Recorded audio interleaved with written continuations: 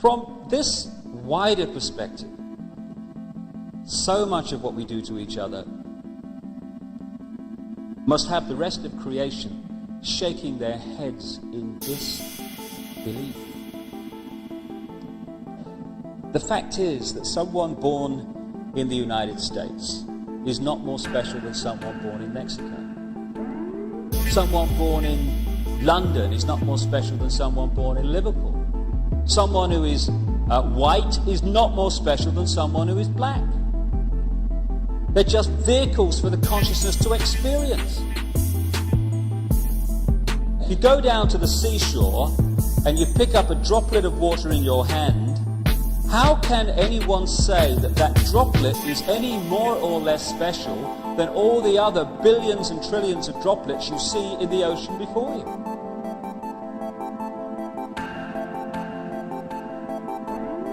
So when I began to understand all this and appreciate this other explanation to dogmatic religion and this world is all there is science, I started to ask a few questions of this situation. Like, how come that this explanation, at the very bottom line least, is as credible as the other two? How come the other two get guaranteed airtime, often no questions asked, here's your airtime, say what you like, and the alternative to both of them is ridiculed, condemned, or suppressed by reflex action? The answer that I came up with was that clearly some people don't want the public to have access to this information. But who and what and why? And I began to ask other questions. Like, I don't know about you, but I've met a lot of people in my life, and I can't, to my knowledge, recall anyone who wanted a war, who had any interest in wars, who felt that wars were anything but horrific and to be avoided. So I thought, how come the world's going to wash with wars throughout? Who's behind them? Or what? Or why? Then I kind of looked at this economic system that controls the world. An economic system that is so sane that the more successful it is in its own terms, the quicker it destroys the planet. It's the perfect environmental and human assassin. It insists every year that we take more from the earth even quicker, turn it into even more things, sell even more things, consume even more things, throw away even more things, to worship the real God of the modern world, economic growth. It insists that every year 20% of the people of the world consume 80% of the resources, while leaving the other 80% to get by on the other 20%. Crazy. Of course it is. But that's the economic system, take, make and throw away, that controls your life and mine. And that of 6 billion people nearly. So I thought, what's behind this self-destruction? Or who and why? I started to look at some of the other conventional wisdom that we pass on from generation to generation as the only way of doing things in this world.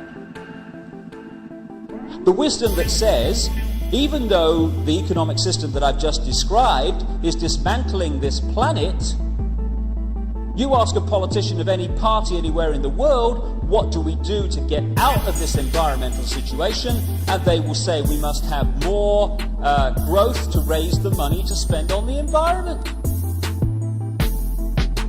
If I said to you the way to put out a fire is to pour more petrol on it, you'd say he's out of his mind. But that's what the politicians are saying when they say about more growth to sort out the environment.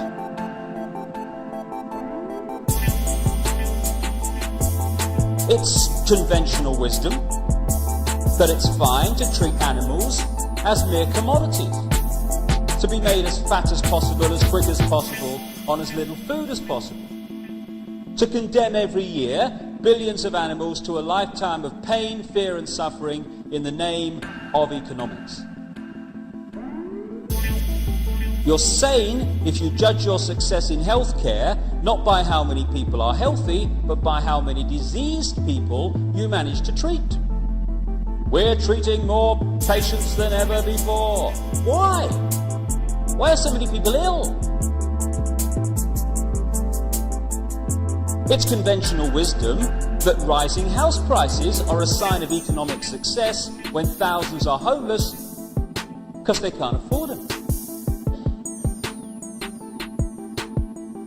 You're sane, finally, if you think it's fine to support a system that is so successful that every year it turns out more suicide, alcoholism, drug-taking, homelessness, pain, stress, fear and suffering in all its forms.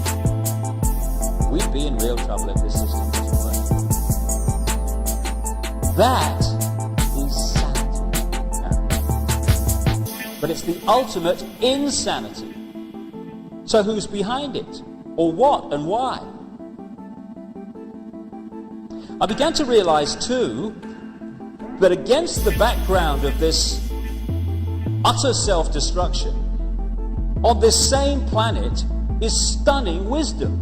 And I began to see also that there is a great difference between cleverness and wisdom. They're not the same thing. This system's very clever, but it isn't very wise, and it's the lack of wisdom that is the problem.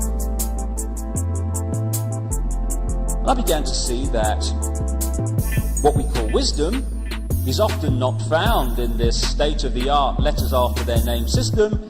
It's actually found in the native peoples that this system would see as backward. Piece of Native American wisdom, what have become known as American Indians. When you have cut down the last tree and poisoned the last river, you will know that you cannot eat money. That's wisdom. And there's another piece of very famous American Indian wisdom.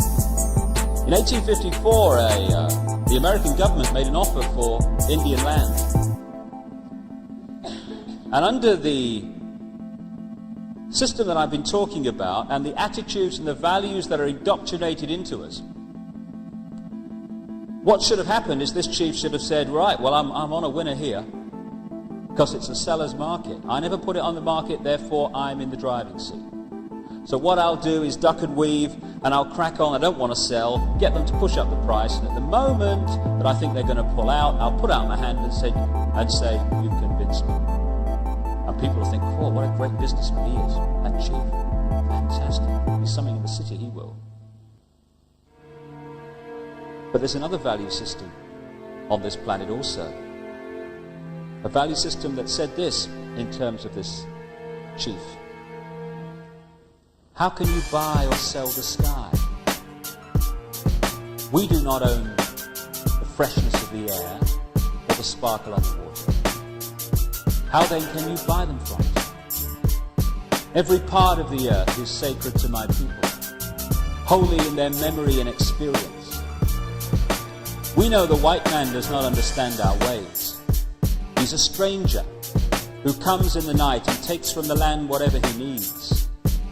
The earth is not his friend, but his enemy. And when he's conquered it, he moves on. He kidnaps the earth from his children.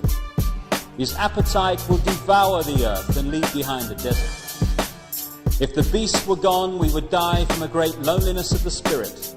For whatever befalls the earth, befalls the children of the earth.